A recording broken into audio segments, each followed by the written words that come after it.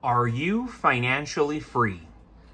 Good evening, folks, and welcome back to another episode of Silver Dad Knows. Remember, always live with no edits. If this is your first time here, hit that subscribe button now, as you're going to like what I'm about to say. So yes, folks, just to begin this evening, I am presenting to you a 1-ounce silver hammered round paying tribute to the legendary town of Tombstone, Arizona. Of course, that is a Wild West boom town built on silver mining, gunfights, and fortune seekers. With its distinctive hammered finish, this round reflects the rugged essence of the silver mining era. Super unique, super eye-catching. I had been looking at these for some time, and finally I had the pleasure of owning my own. And of course, who is not familiar with the film Tombstone? Everybody's seen Tombstone. Personally, and I know I'm going to get a lot of hate for this, I thought it was a very boring movie, but so many people that I know can sit through it and watch it again and again and again.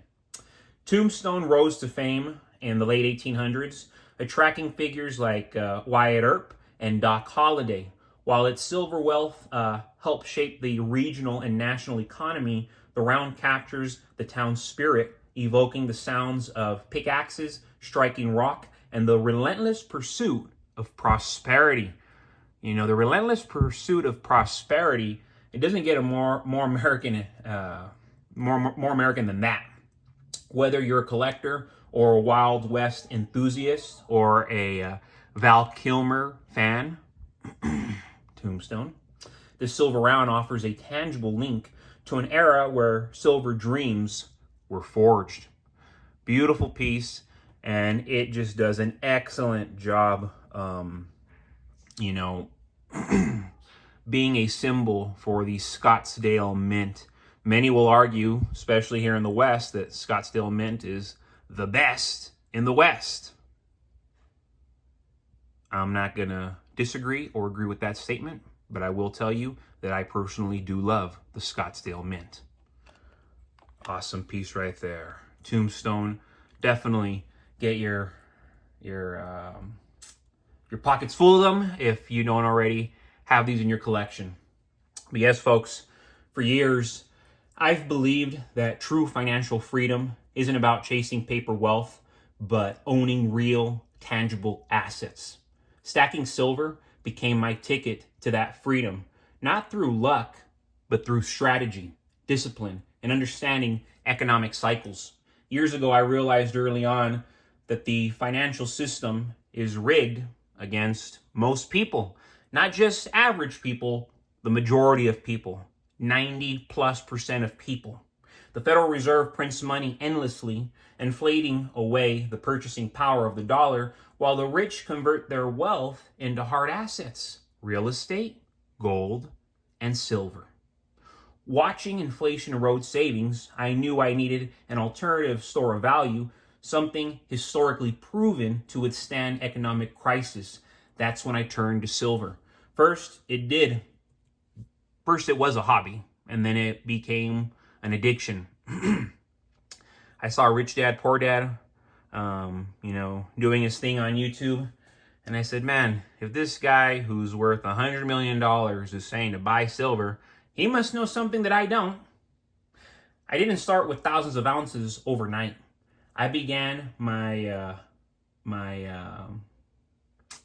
journey by consistently buying small amounts. Remember that word, consistently. Every single month for years, which turned into every single week in real time, So I started with Mercury dimes, American Silver Eagles, generic silver rounds whenever I had extra cash. Instead of letting money sit idle in a bank, I converted it into silver, knowing it would hold its value over time. And see, originally I thought, hey, this is going to be a safe place to hedge my money. But what it turned into is this is not just a safe place to store my money, but a safe place to grow my money. Very cool, right? I also studied silver's history. Every financial collapse from the Great Depression to the recent 2008 crash, even up to the 2021, 2022 crash. That showed that fiat currencies fail while precious metals surge.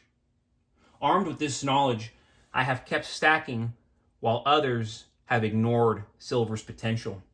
While stacking is about long-term wealth preservation, financial freedom requires knowing when to sell.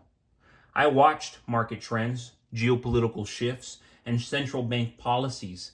When silver prices spiked, I leveraged part of my stack to reinvest, whether in more silver at lower prices, real estate, or other appreciating assets.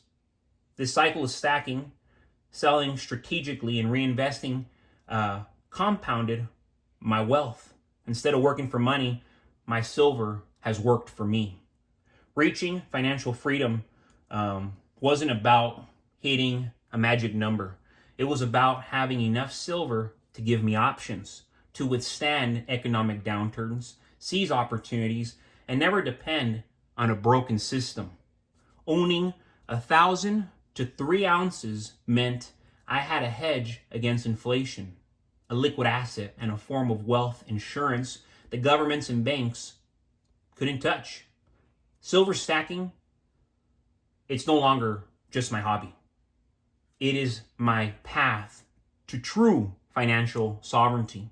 While the masses chase paper profits, I'm building real wealth in ounces, securing my future one silver coin at a time. And that's why I use that word consistently. Because when you're doing something consistently over time, and it's building over time, you don't see the immediate results. But when years go by, people start to look and whoa. And if you're really doing it right, you might even catch yourself off guard and say, holy moly, I'm making it happen. I've made it happen. But folks, as always, thank you so much for joining us for another evening of Silver Dad Knows. God bless you. God bless your household. And God bless America.